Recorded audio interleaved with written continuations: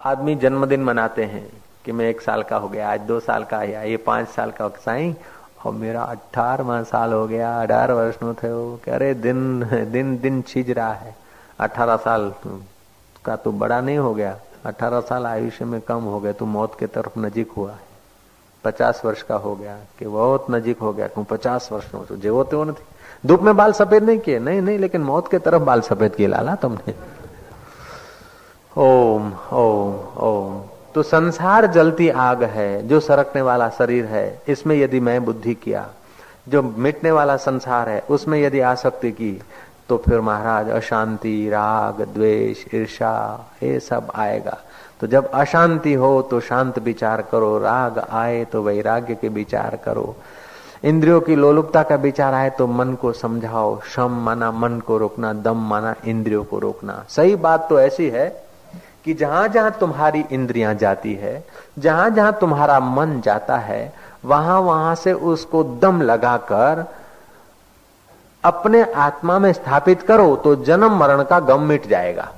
जहां जहां तुम्हारी इंद्रियां मन को ले भागती है, वहां वहां से इंद्रियों को और मन को विवेक द्वारा तुम दम लगाकर भी लौटा के ले आओ आत्मा में। तो सही अर्थ तो है लगाओ दम मिटे गम। गम कौन सा मिटेगा? दम लगाना इंद्रियों और मन को रोककर आत्मा में स्थिति होने। और गम कौन सा मिटेगा? कि बार बार जो जन्म मृत्यु के चक्कर में हम जा रहे हैं वो गम मिट जाएगा। बात तो सीधी है, लेकिन लोग जब सीधी लें तब तो सीधी होती है। सीधी बात को भी लोग टेढ़ा अर्थ ले लेते हैं। थोड़ा सा तंबाकू डालते हैं, थोड़ा सा गोली डालते हैं, थोड़ा सा चरस डालते हैं, थोड़ा कुछ डालते हैं, बोले लगाओ दम मिटे गम। मिटे गम नहीं है तो जीवन बर्बाद हो, बड़े गम है, मिटे गम नहीं है लाला। लगाओ दम मिटे गम। दम का मतलब है इंद्रियों, शम माना मन को रोकना है, दम माना इंद्रियों को, शम दम आदि सुधा को पियो।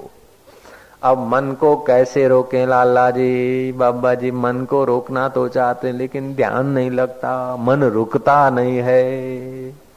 भाई आदत पुरानी है, घोड़ा फास्ट है तो एकाएक रुकेगा नहीं, इसलिए इसको साइड दे दो, जरा सा लगाम थोड़ा घुमा दो। एकदम रोकोगे तो पहले के पैर जो है ना आगे के ऊंचे हो जाएंगे और तुम गिर पड़ोगे एकदम आम उभो रही जैसे शिवाजी महाराज नी जेम। कोट कूद्यो एवी रीते घोड़ो कूदवा मारशे भाई, ले एकदम कूदवा। तो एकदम घोड़े को तो रोकना मुश्किल है। घोड़े को एकदम रोको मत और एकदम छोड़ो मत। घोड़े की जो बागडोर है उसको थोड़ा सा लगाम को एक तरफ ढीला छोड़ दो और दूसरे तरफ खींच दो, तो क्या होगा कि राउंड घूम के वहीं पहुंचेगा जहां से चला था। हाँ कह दो ना ईमानदारी से। हाँ। और रोकोगे तो वहीं नहीं रुकेगा, 10-20 कदम आगे रुकेगा। लेकिन तुम्हारे पास युक्ति है तो लगाम थोड़ा घुमाओगे ना, थोड़ा अटकल से। जैसे आदमी वो ट्राई देने जाता है ना आरटीओ में, तो आठड़ा बना देता है, पास हो जाता है। तो स्टीयरिंग इस प्रकार का कर दो तो वहीं का वहीं, अथवा गोल राउंड बना दो, जीरो बनाना हो तो उस प्रकार का स्टीयरिंग करो कि वहीं का वहीं व्हील घूमेगा उतने ही उतने में। ऐसे ही तुम अपने मन का स्टीयरिंग जान लो, कैसे उसको घुमाया जाता है, फिर घूम फिर के वहीं आएगा, उसको पता भी नहीं चलेगा कि कौन सा उस्ताद मुझे चला रहा है। युक्ति से मुक्ति होती है, लड़ाई से मुक्ति नहीं होती है, पहलवानी से मुक्ति नहीं होती है। मुक्ति कहा गया युक्ति से मुक्ति, लेकिन उस युक्ति को छोड़कर हम लोग परिश्रम कर रहे हैं। कोई उपवास कर रहा है, कोई नंगे पैर चल रहा है, कोई खाना छोड़ रहा है, कोई घर छोड़ रहा है, कोई पत्नी छोड़ रहा है। पत्नी छोड़ सकते हो लेकिन पत्नी का चिंतन नहीं छूटता। घर छूटता लेकिन घर का चिंतन नहीं छूटता। धन छूटता है, धन का चिंतन नहीं छूटता है। देह छूट जाता लेकिन देह का चिंतन नहीं छूटता है। चिंतन छोड़ना मुख्य है, वस्तु छोड़ना मुख्य नहीं है। ओम ओम। विषय को विष समान छोड़ दो। विषय को विष समान छोड़ दो का अर्थ ये नहीं कि तुम खाना पीना छोड़ दो, देखना छोड़ दो, सूंघना छोड़ दो। ये करो, होता है, छूटेगा कब? शरीर है तो सब होगा। यानी महापुरुषों का भी खाना पीना, जीना मरना, हंसना रोना सब होता है, हम लोगों का भी होता है। लेकिन हम लोगों का होता है तो बस नयन का चैन चुरा के चला जाता है और नींद हराम हो जाती है। जरा सा अनुकूल मिल गया, हा, गुलाब तो क्या श्रीनगर के गुलाब, ओह चश्म शाही, नैन का चैन चुरा कर ले गया वो चश्मा। देखो बढ़िया से बढ़िया देखो, लेकिन आखिर सोचो कि आखिर ये सब दिखने वाला है, जो दृश्य है वो अनित्य है, वो मिथ्या है। तो जो दिखा है वो भी मिथ्या है, कभी न कभी नाश हो जाएगा। जिन आंखों ने देखा वो भी जल जाएगी, और जिस वृत्ति ने देखा वो वृत्ति भी बदल जाएगी, लेकिन मेरा सच्चिदानंद परमात्मा नहीं बदलेगा। ओम शांति। ये तुमने घोड़े को लगाम जरा टेढ़ी कर ली, देखा तो सही, सब किया, लेकिन कैसे आ गए अपने घर में? तो देखा, फिर सुना, कोयल जैसा आवाज है। क्या महाराज, कैसा सुंदर आवाज है, बढ़िया बढ़िया बढ़िया। लेकिन आवाज जिस कंठ से निकला वो कंठ प्रकृति का है, और जिन कानों ने सुना वो भी प्रकृति के हैं। थोड़ी देर एक दूसरे के, उसकी वृत्ति और अपनी वृत्ति, उसका गीत और अपना श्रोत दोनों मिले, जरा मजा आ गया। लेकिन मजा आकर चला गया।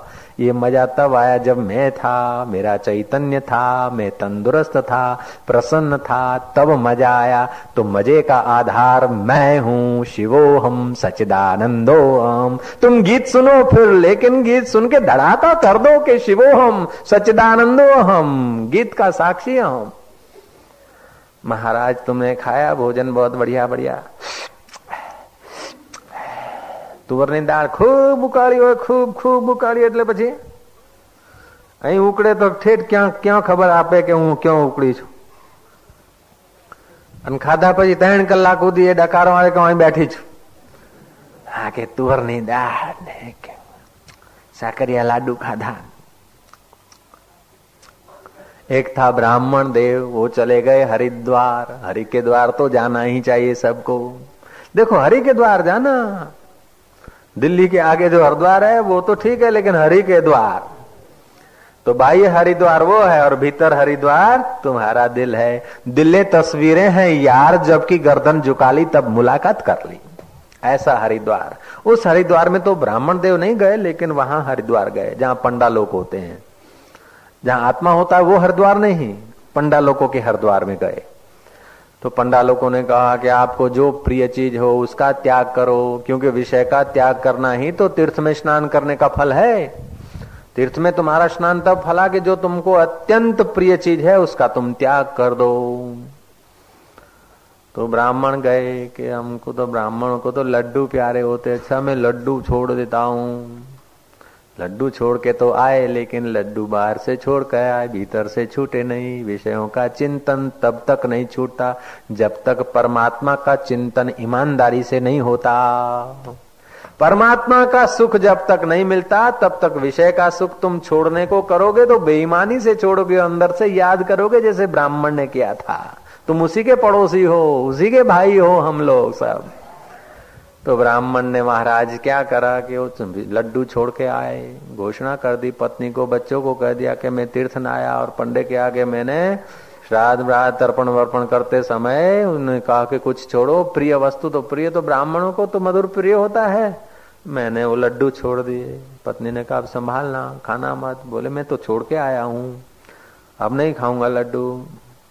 पत्नी हंस पड़ी, बोले तुम क्या लड्डू छोड़ोगे, हम सब समझती हूँ. बोले तू क्या समझती है, आखिर तो मेरी पत्नी है, मेरे जितना तू नहीं समझती. कहीं हुआ पड़ोस में, कहीं 12 मासी कुछ हुआ होगा, भंडारा हुआ और ब्राह्मण देव गए, पत्नी पास में बैठी है, वो इंतजार कर रही कि अब क्या हो रहा है.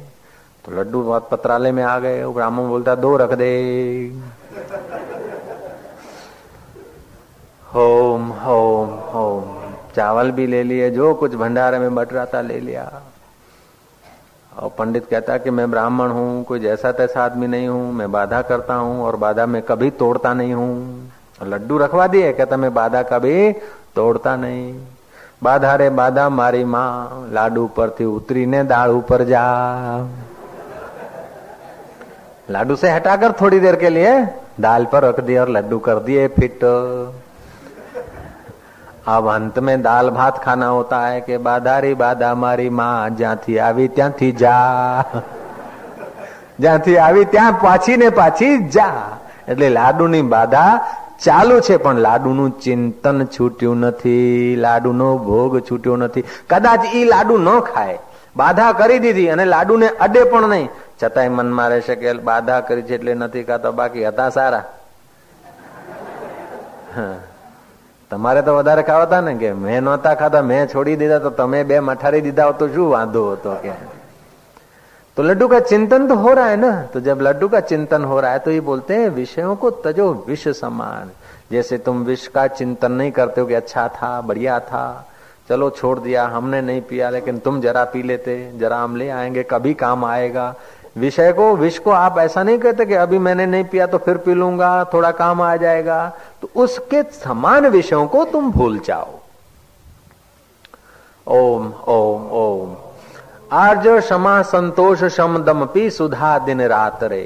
जीवन में आर्जो लाओ, क्षमा लाओ. किसी ने कुछ कह दिया, उस बात को पकड़ के अशांत मत हो.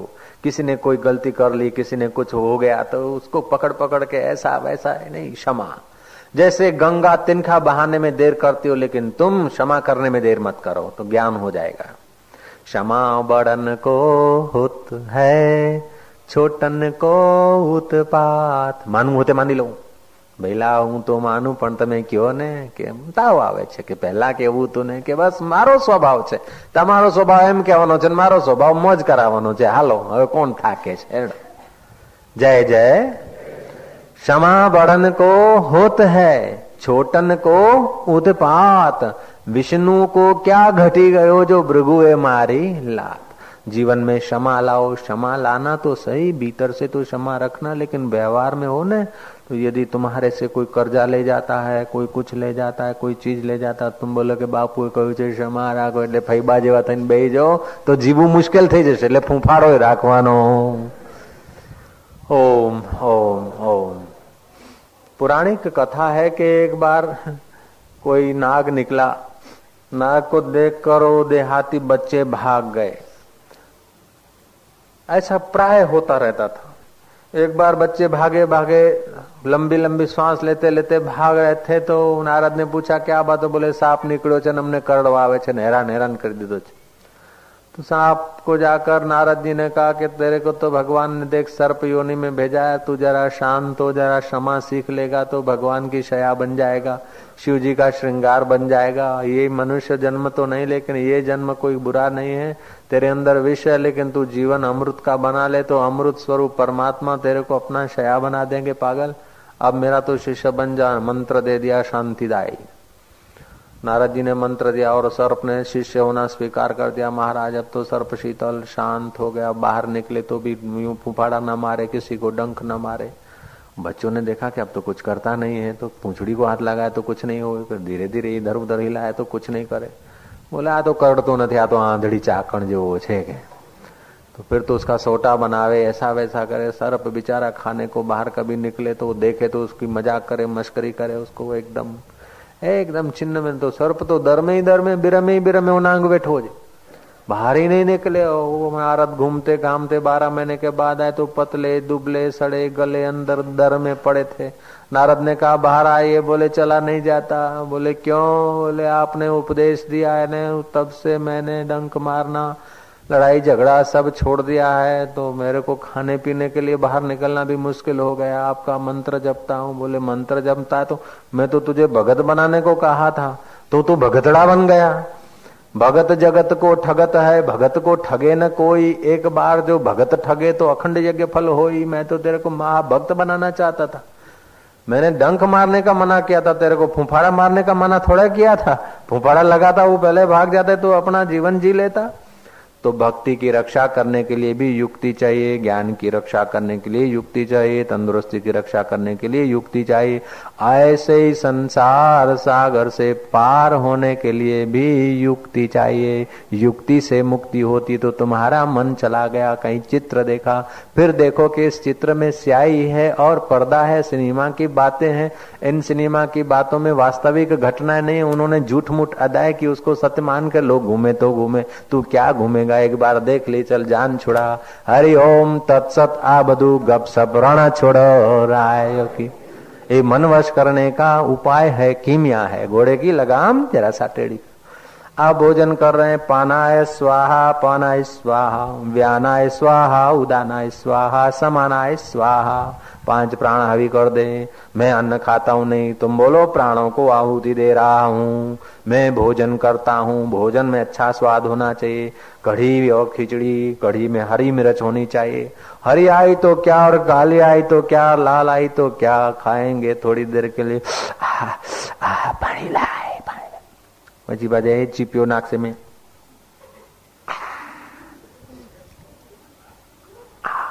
रोटली फंसाई, फंसा। लेकिन ये जिसमें फंसी और जो फंसा, दोनों नश्वर। इन दोनों को देखने वाला मेरा राम जो है शाश्वत है। ऐसे शरीरों ने कई बार खाया, कई बार खुराक पुराना हो गया, शरीर भी पुराने हो गए, लेकिन मैं कभी पुराना नहीं हुआ। अज हूँ, अविनाशी हूँ, शांत स्वरूप हूँ, मैं निर्लेप हूँ, शीतल हूँ, शुद्ध हूँ, बुद्ध हूँ, शिवोहम सच्चिदानंदोहम, आत्मा हम, शांत रूपो हम। इस प्रकार का यदि तुम विचार करोगे तो जैसी मति ऐसी गति, तुम जैसा चिंतन करते हो ऐसा हो जाते हो। हाड़ मास का शरीर तुम नहीं हो, लेकिन चिंतन करने से पक्के हो गए। तुम सिंधी, गुजराती, पंजाबी नहीं हो, लेकिन सुना है, चिंतन किया तो पक्के हो गए। और पंजाबी, ओ सिंधी बाबा, ए मारवाड़ी कटे जाओ हो, तुम ओ कान खड़े हो जाएंगे। सच पूछो तो मारवाड़ी पना कहीं है नहीं, सुन सुनकर पक्का हो गया। झूठ मूठ में सुनी हुई बात सच्ची लगती है, तो जो सत्य स्वरूप तुम्हारा चैतन्य है, वेद कहता है कि उसको तुम यदि सुनकर याद कर लो अपना स्वरूप, तो बेड़ा पार हो जाएगा।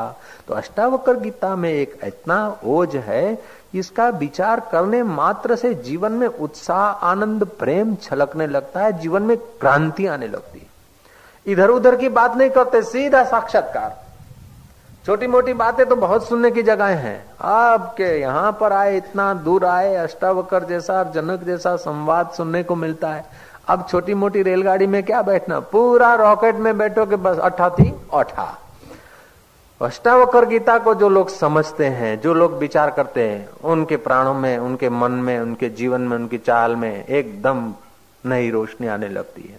ये अष्टावक्र गीता सब लोग तो संस्कृत में नहीं पढ़ सकेंगे, इसलिए भोला बाबा ने छंदों में गाई, और आश्रम की समिति ने इसको ब्रह्म रामायण के रूप में छपवा दी है।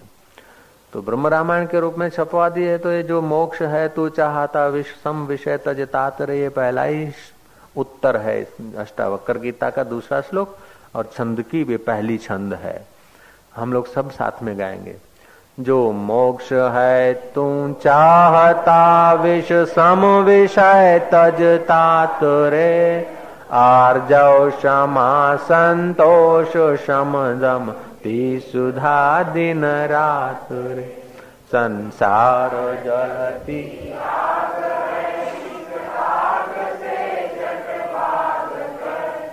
अशांत शीतल देश में हो जा अजर हो जा अमर। जो मोक्ष है तुम चाहता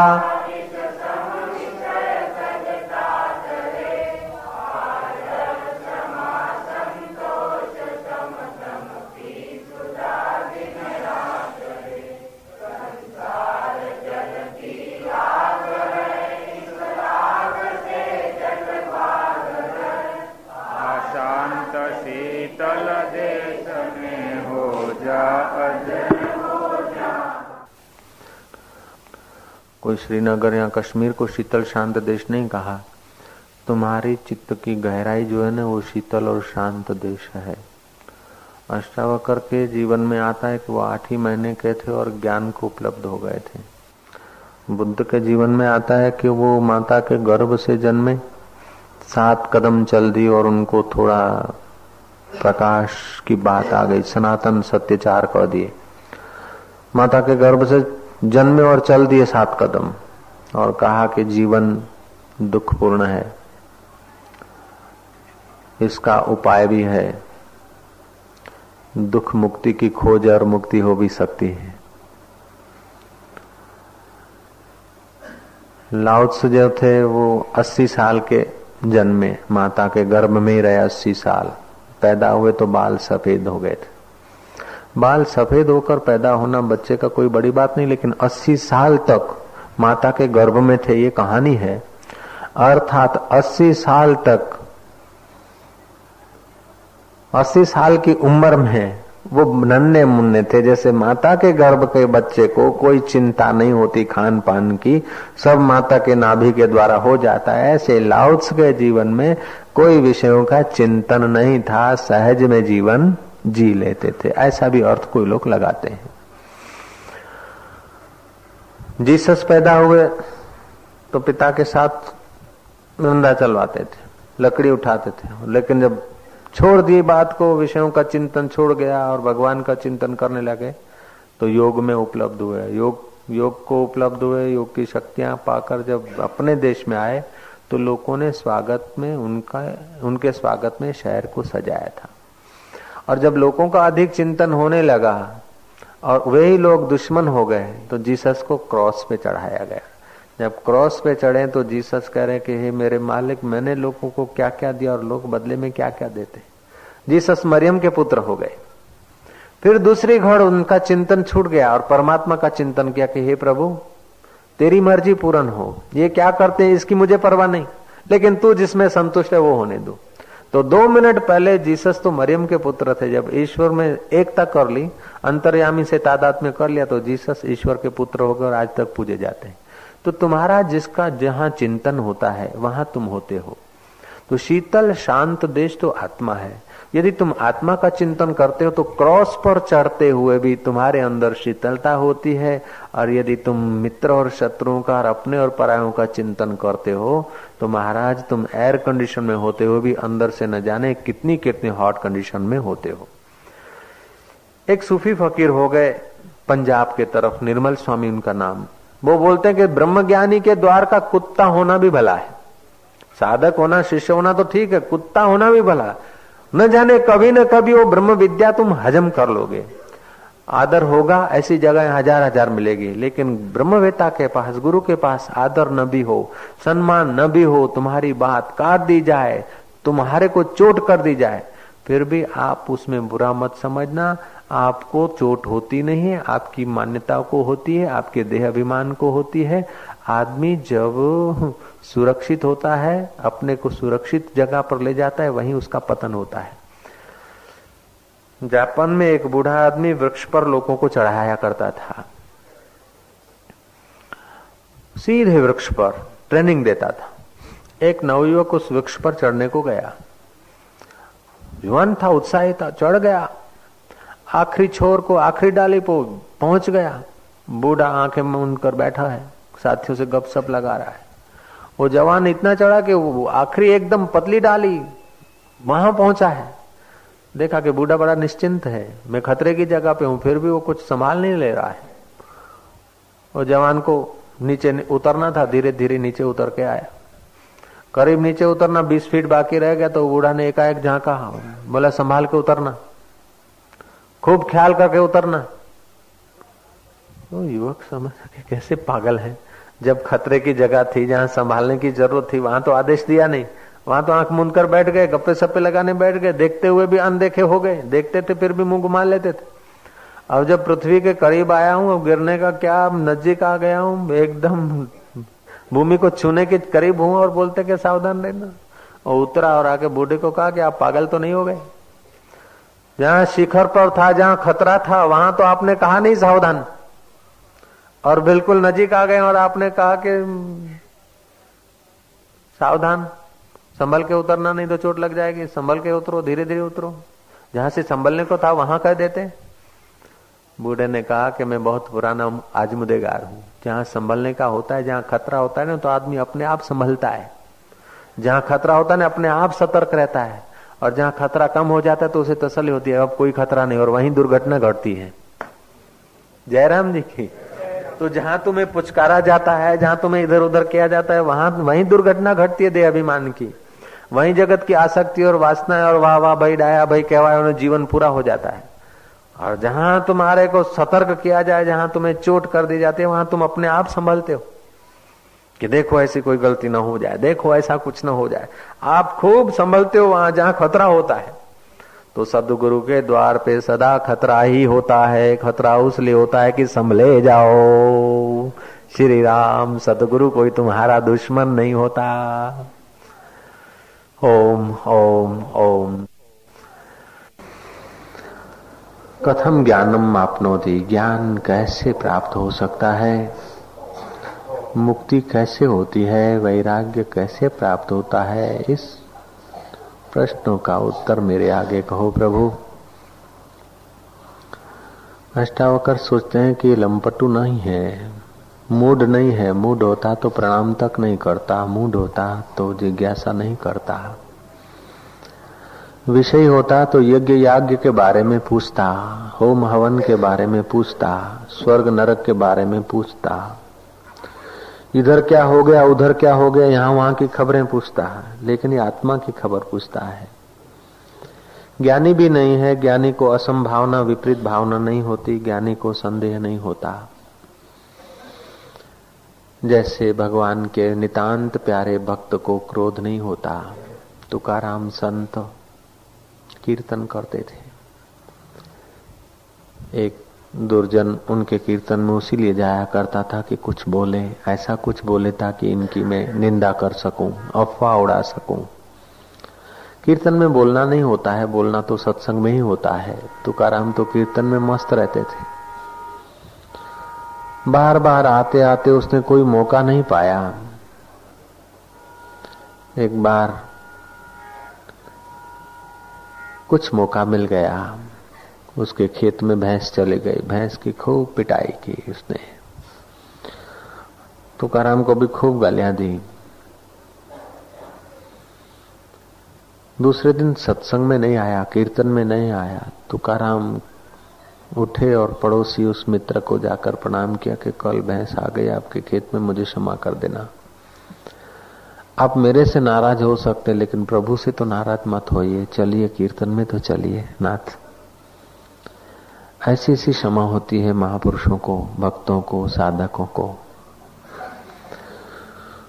श्रम और दम भी ऐसा होता है कि बैठे हैं परमात्मा के ध्यान और चिंतन में, घड़ी रख दी है, 1 घंटे तक बैठे रहेंगे तो जो संकल्प किया उस संकल्प को तोड़ना मत। जब संकल्प को तोड़कर आप उठ जाते हैं तो आपका तन और मन आपके ऊपर प्रभाव डाल देता है। जितना संकल्प किया उतना संकल्प तक बैठने का ही आग्रह रखो, चाहे मन लगो चाहे न लगो, चाहे ध्यान लगो चाहे न लगो। तो मन समझ जाएगा किसी मर्द के हाथ में आया हूं, अब मुझे आत्मा में बैठना ही पड़ेगा। जिस चीज को छोड़ दिया है उसको ब्राह्मण की नाई मत छोड़ना कि बाधारी बाधा, लाडू परथी उतरीने दाળ ઉપર જાન, દાળ ઉપરથી ઉતરીને ભાત ઉપર જાન, ભાત ઉપરથી ઉતરીને કચુંબર ઉપર જાન અને હતી ત્યાંની ત્યાં જા કરીને अपने विषय वासना को पोषने के लिए ये कमजोरी मत अंदर भरने देना। अष्टावकर जवाब देते हैं। वो पूछते हैं कि ज्ञान कैसे होता है, कैसे प्राप्त होता है, मुक्ति कैसे होती है, वैराग्य कैसे होता है। तो अष्टावकर कहते हैं मुक्तिम इच्छसि हेतात विषयान विषवत त्यज, विषयों को विष समान छोड़ दे। क्षमा आर्जव दया संतोष, इस प्रकार की पीयूष को तो पी।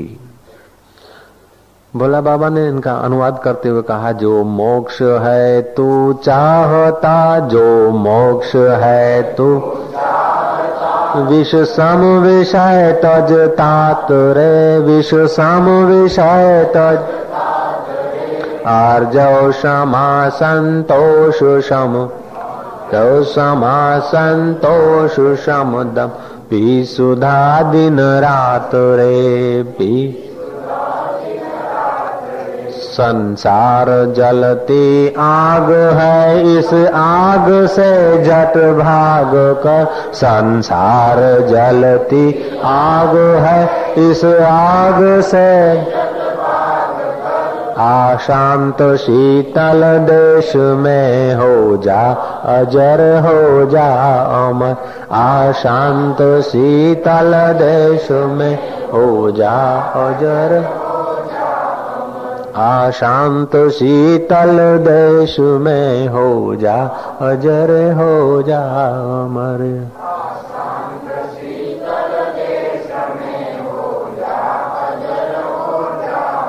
जब जब संसार का चिंतन हो, शत्रु का चिंतन हो, किसी मित्र की याद सताती हो, किसी धन की तरफ सताती हो, तो अपने चित्त को समझाओ, शांत शीतल देश में ले आओ। शत्रु हार भी गया तो अंत में क्या, मित्र मिल भी गया तो क्या, धन हो भी गया तो क्या, तेथी शू नेठ झा, आखिर कब तक, ये सब कब तक। इस प्रकार की तुम यदि विवेकवती बुद्धि का उपयोग करोगे तो शीतल देश में जल्दी से आ सकोगे। नहीं तो जगत को रिझाते रिझाते जीवन पूरा हो गया। धन को कमाते कमाते कई निर्धन रह गए। यश को एकत्रित करते करते कई अपयश को उपलब्ध हो गए। लाओ त्से कहता था कि मुझे अपयश का भय नहीं, क्योंकि मैं यश नहीं चाहता। मुझे निर्धनता का भय नहीं, क्योंकि मैं धन नहीं चाहता। मुझे मौत का भय नहीं, क्योंकि मैं जीवन नहीं चाहता। जिसने असली जीवन पा लिया वो जीवन क्या चाहेगा। अडिमास के शरीर को जिलाने की जिसे इच्छा नहीं, मरने की जिसे ख्वाहिश नहीं, मित्रों से जिसे कोई लगाव नहीं, शत्रुओं से जिसे कोई नफरत नहीं, ऐसा आदमी जल्दी से जल्दी शांत शीतल देश में पहुंच जाता है। जब जब अशांति हो, जब जब खिन्नता हो, समझ लेना कि तुम अशांत देश में गए हो।